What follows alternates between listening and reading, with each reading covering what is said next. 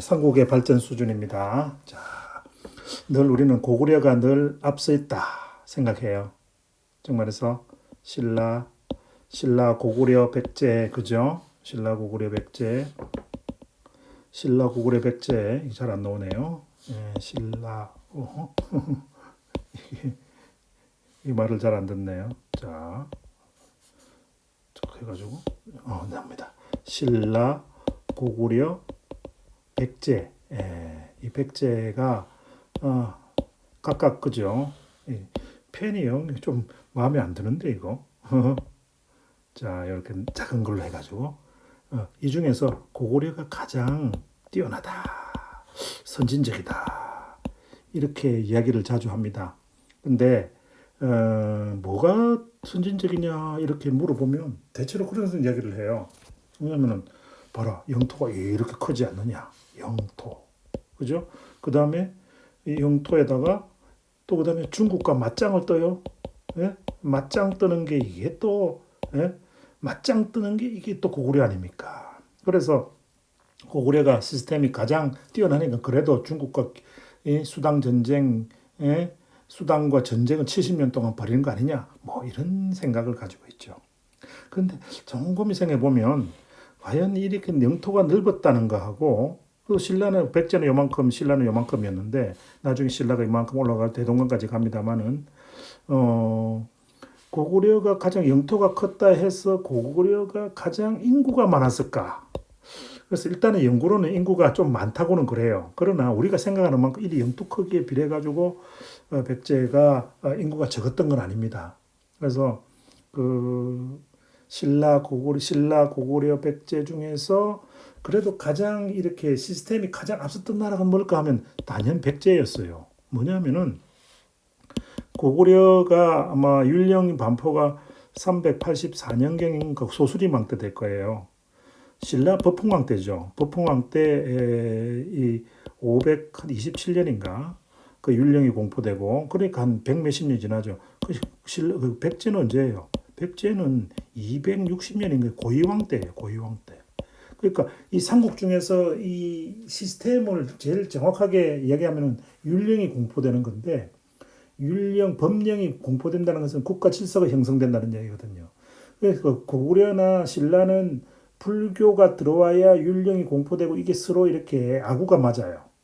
그런데 백제는 나중에 고구려보다 늦게 불교가 들어오지만 이미 중국과의 소통이 이게 백길을 이용해서 소통이 많아 놓으니까 중국의 우수한 문화를 받아들여서 미리 그 육좌평 제도라는 걸 만들어 가지고 그죠, 율령을 공포하고 백관을 공복을 입히고 그래서 중국과의 교류가 더 고구려보다 활발했던 거예요. 고구려는 전쟁하고 있는 동안에 백제는 중국과 만나고 있었던 거예요.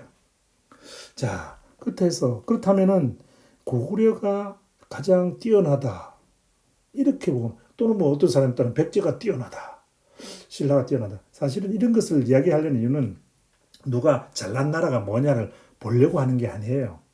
우리가 역사적인 현상을 볼 때 무엇을 기준으로 해가지고 이 발전 수준을 봐야 되는가 이런 거를 여러분과 함께 고민하려고 하는 겁니다.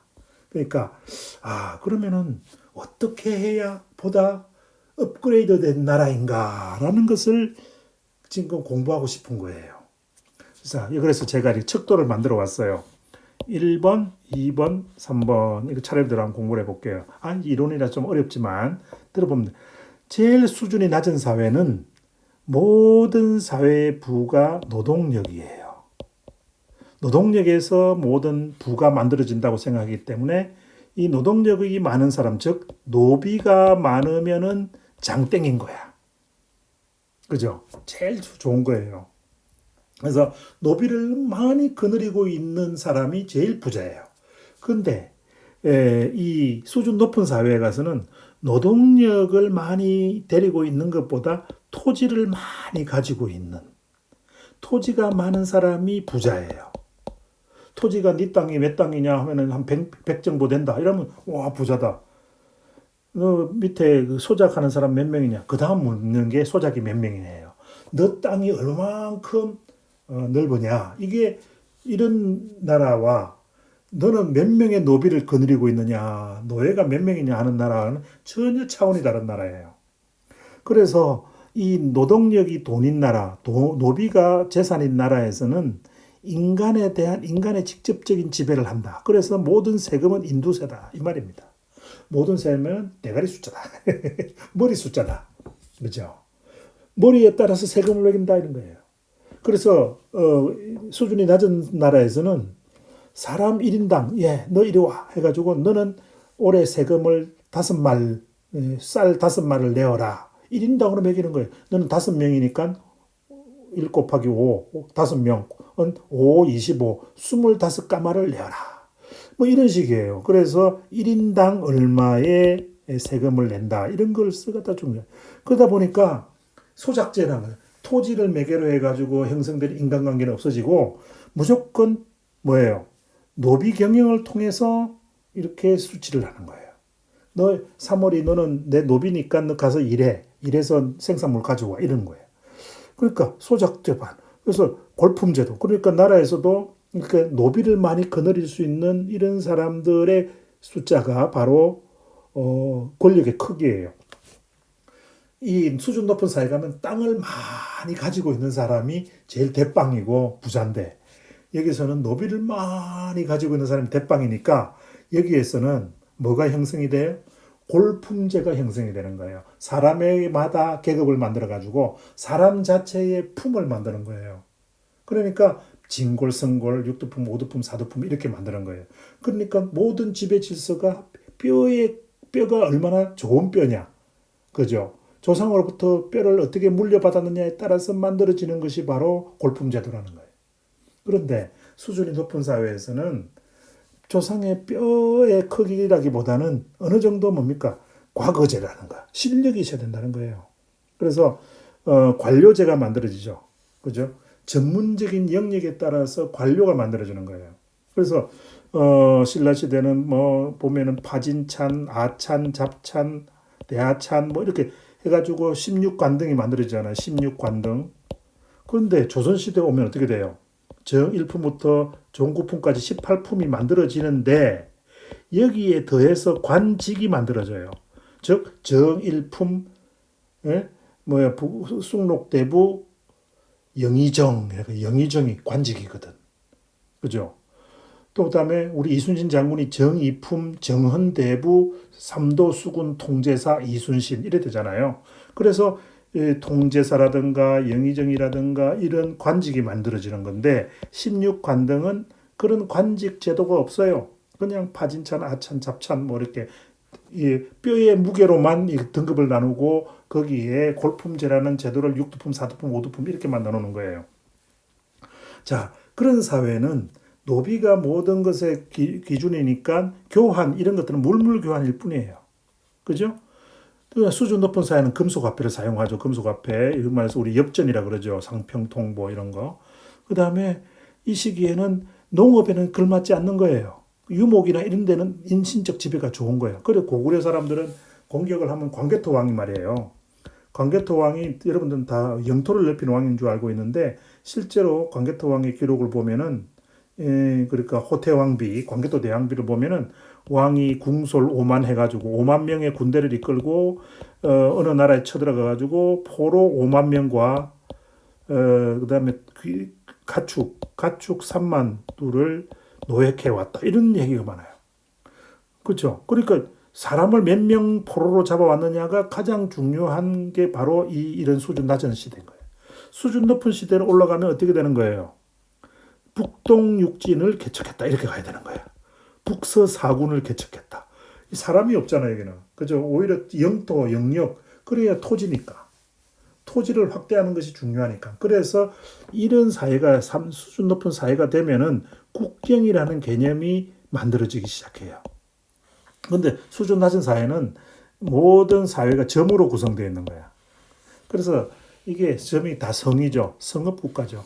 성들이 있어가지고 그런 것을 잘 관리하는 성이 있는 거예요. 그 고구려 보면 안시성, 요동성, 무슨 성 해가지고 거점 도시만 있지 무슨 행정 경상남도, 경상북도 이런 것들은 잘 안 보이잖아요. 그러나 이 수준 높은 사회에 오면은 토지를 지배를 해야 되니까 경상남도, 경상북도, 전라도 뭐 이런 게 만들어지는 거예요. 그래서 수준 낮은 사회는 우리가 고대 사회가 주로 수준 낮은 사회라고 본다면 수준 높은 사회는 조선시대 정도, 그 사이에 중간쯤에 고려시대가 있습니다. 따라서 사회 수준의 척도는 우리나라도 고대 삼국시대부터 고려시대, 조선시대까지 쭉 보면 나름대로 시스템이 수준 낮은 시스템에서 수준 높은 시스템, 즉 인두세 중심 체제에서 토지세 중심 체제로 전환하는 모습이 다 있었던 거예요. 그 사이에 고려는 이 두 가지가 짬뽕이 되죠. 그죠? 작계제와 소작제가 서로 같이 있어요. 과거제도 있지만 음서제도, 골품제도의 유산인 음서제도가 동시에 있어요.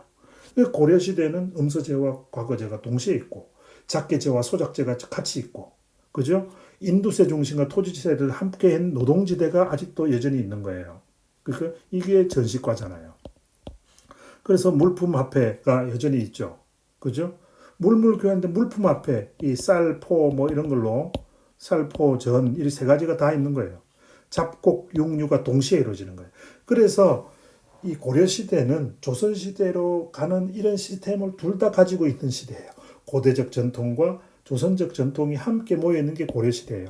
이렇게 보면은 우리 사회를 척도를 어떻게 봐야 된다는 것이 잘 보이겠죠. 그죠? 바로 이런 부분을 여러분들에게 알려주려고 했던 겁니다.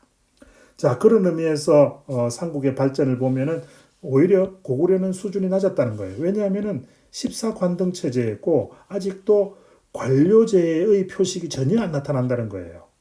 그렇기 때문에 물론 하나가 나타나요. 고구려 말기에 연개소문을 대망리지라 그랬잖아. 본래 14관등 체제에서는 대대로가 대빵이에요. 대대로가 대빵이었는데 역시 나라가 발전하기 시작하니까 망리지라는 벼슬이 나온 거예요. 그래가지고 연개소문을 망리지라고 그러잖아. 그죠? 이런 걸 보면은 고구려 말기에는 관료제가 어느 정도 형성된 기틀을 보여주는 거예요. 그리고 또 일찍부터 소작제 운영이 있었던 것 같아요. 고구려 미천왕이 본래, 미천왕이 낙랑군 정복한 왕이잖아요. 미천왕이 본래 이름이 을불인데 을불이 이 양반 참 재밌는 사람이에요. 이 사람 잠저 시절에 머슴살이를 했거든요. 그래서 나머지 머슴 하다가 왕이 된 사나이가 미천왕이에요. 이 사람은 머슴을 했다는 이야기가 나와요. 실제로. 이 머슴이 뭐냐 하면은 조선시대의 노지제도, 토지제도인 지주소작 관계에서 머슴의 역할이 대단히 중요했거든. 그러니까 이 수준 높은 사회에서 나타날 수 있는 요소들은 고구려에도 어느 정도 나타나고 있었어요. 망리지, 관료제의 모습이 나타난다든가 미천왕처럼 머슴살이를 했다든가 하는 소작제 운영의 모습이 나타나고요. 그렇기 때문에 어떻게 보면 고구려가 어느 정도 수준이 완전히 낮다. 이렇게 보는 것도 문제는 있지만 백제에 비해서는 그렇지 않다는 거예요. 자, 잠시 머리 쉬어가네요. 선화공주가 무동에게 즉 백제 무왕에게 시집을 왜 갔을까요? 이거 본인에게 물어봐가 답이겠죠. 그러나 우리가 역사적으로 해석해 보면 선화공주는 제가 보기에는 삼국사기에 안 나와요. 삼국유사에만 나와요. 무왕에게 시집간 이유는요. 무왕하고 결혼동맹회가 나제동맹을 맺으려고 갔잖아요. 그랬는데 무왕은 사실은 실제 무왕은 신라 죽으라고 고행한 왕이에요. 그러면 선화공주가 백제 의자왕의 엄마가 되는데 그렇지도 않거든요. 그래서 지금까지 선화공주가 백제 미륵사지를 창건한 줄 알았는데 알고 보니까 선화공주보다는 이 다른 사택 덕정녀가 미륵사를 창건했다는 사리 장흥구가 나왔어요. 미륵사탑에서. 그래서 이 선화공주는 어떤 사람인가 생각했는데 그걸 왜 삼국유사에서 무왕하고 결혼을 이 선화공주하고 시켰을까 하는데 사실은 이 무왕의 이야기를 잘못 본 거예요. 워낙에 무왕이 신라하고 괴롭혔는데 사실은 이 무왕이 선화공주 신라와 잘 이렇게 사이좋게 지내서 당나라의 침략을 서로 힘을 합쳐서 막아냈으면 어떻다는 그런 일연선사의 염원이 담긴 것 같아요. 뭐냐면은 중국의 송나라 있잖아요. 그 당시에 송나라가 있었잖아요. 송나라가 이제 멸망할 직전이고 이제 멸망하고 난 다음에 물론 이걸 삼국유사가 나왔습니다만은 어쨌든 일연선사가 살 때는 중국에 남송이 있었어요. 하도 우리나라에 몽고가 막 그냥 침략을 많이 하니까 우리 고려 사람들은 어떻게든 남송 사람들하고 잘 힘을 합쳐가지고 저 간악한 몽고와 잘 싸우고 싶었던 우리 이련선사의 그 간절한 마음이 이 선화공주를 만든 거예요. 본래 이 선화공주 같은 그 공주가 결혼했던 동성왕이었어요. 동성왕 때 이야기를 일현선사 상국유사를 쓴 일현선사가 무왕으로 만들어 놓고 무왕 다음 왕이 의자왕이잖아요. 드디어 중국의 남북조가 통일이 돼가지고 이 한반도로 공격해 들어오는 이 위기의 상황을 신라와 백제가 서로 힘을 합쳐서 막았으면은 그런 비참한 당나라의 지배를 안 받아도 됐을 텐데라는 그런 염원들이 있었던 겁니다. 그런 것들을 이 선화공주 이야기에 있었던 건데 우리는 그냥 선화공주 하면은 다 뭐예요? 그냥 사랑하는 이야기로만 알고 있죠. 정말 아픈 역사죠. 자, 일찍부터 수준 높은 사회의 경향을 보인다라는 백제였습니다. 그래가지고 백제는 이미 고이왕 때 관직이 등장해요. 그게 뭐냐면은 육자평이에요. 내신자법, 내법자평, 위사자평, 상자평 이런 게 나와요. 그래서 이미 3세기에 고구려는 6세기, 7세기 들어야 막내지가 나왔잖아요. 그런데 이미 백제는 3세기에 상자평이 나와요. 좌평은 관등입니다만 상, 위사, 내법 이런 건 다 이거는 관직이거든요. 그리고 율령공포도 고이왕 때 3세기예요. 그렇기 때문에 고구려보다 훨씬 앞선 시기에 백제는 율령을 공포하고 관직을 만들고 관료제를 만들었던 나라예요. 왜 이랬을까 보니까 고구려는 유목이 많았잖아요. 그러나 백제는 뭘 했다? 이미 이 시기부터 농경을 했기 때문에 농경에는 이런 고구려 같은 이런 작계 시스템이라든가 노비를 중심으로 한 생산 시스템은 별로 안 맞아. 땅이 많은 곡창지대는요, 소작제도가 훨씬 나은 거예요. 이렇게 소작제도에 기반을 하면은 정치 형태도 관료제가 훨씬 유리해요. 관료제를 만들어야 이론적으로 관계수로를 막을 수가 있고 만들 수가 있고 하기 때문에 이 관계수로는 왕권이라는 힘이 있어야 되거든. 그러니까 왕권을 만들려면은 뭐가 있어야 돼요? 관료제가 있어야 돼요. 그러니까 이게 시스템이 갔다가 이 농경사회는 왕을 만들게 돼 있어요. 그런데 고구려는 유목민족이기 때문에 유목계통이기 때문에 고구려 왕에는 힘이 없어. 그러니까 여러분들 고구려 왕 누가 떠오르는 사람 없잖아요. 대부분 보면은 광개토 왕 이후에는 대부분 보면 귀족들 특히 고구려가 멸망할 때 영계소문만 생각나잖아. 보장왕 뭐 기억나요? 그러나 백제는 의자왕이 생각나잖아요. 어쨌든. 그거는 이거는 백제는 왕이 다스리는 나라가 된 거예요. 이미. 고구려는요. 귀족들이 서로 싸우면 왕은 문 닫고 집에서 가만히 웅크리고 앉아 있어야 돼요. 그만큼 고구려 왕권은 별로 왕에 힘이 없었던 왕권입니다. 그러나 백제는 농경을 기반으로 해서 일찍부터 왕권이 강화되었던 이런 나라입니다. 그래서 상당히 수준 높은 사회 경향을 보이고 있고 신라는 골품제의 한계가 가장 극명해서 가장 수준 낮은 상태를 보이고 있습니다. 전 국토의 신분제화, 즉 말해서 골품제죠. 이 골품제는 뼈의 무게로 등급을 나누는 거니까 이거는 기본적으로 노예, 노비 이런 하호 이런 세력들을 기반으로 해서 생산을 하는 그야말로 인두세 중심 사회예요. 그러니까 그러니까 모든 그 혈통도 성골, 진골 이런 걸로 해서 하는 거예요. 결국 골품제라는 것은 인두세 기반을 할 수밖에 없고 인두세 기반은 이런 것들은 수렵 사회에서나 가능한 거예요. 왜냐하면 수렵 사회에서는 토지가 적기 때문에 한 사람씩 토끼를 한 마리 잡아오고 노루 한 마리 잡아오고 이러잖아요. 그럼 너는 노루 한 마리, 너는 토끼 몇 마리 이렇게 일당을 정해줘야 되는 거예요. 1인당. 그래 되니까 고구려 초기처럼 신라는 세금이 다 결부법에 의해 가지고 인두세가 많았어요. 이러다 보니까 다 골품제, 인두세 그러니까 가장 아까 얘기했던 왼쪽에 있던 그런 계층이죠. 그래서 나중에 이제 중국의 영향을 받기 시작하면서 특히 이제 신라가 여기 한강을 유역하면서 당항성을 통해 가지고 중국과 결합하면서 중국에서 급속도로 빨리 빨아들여요. 이러면서 국가 발전 업그레이드가 된 겁니다. 따라서 이런 관점에서 볼 때는 백제가 가장 시스템적으로는 가장 우수한 시스템을 가졌던 나라다라고 볼 수가 있는 것이겠죠. 자, 잠시 쉬었다가 또 삼국시대는 어떻게 살았을까 공부해 보겠습니다.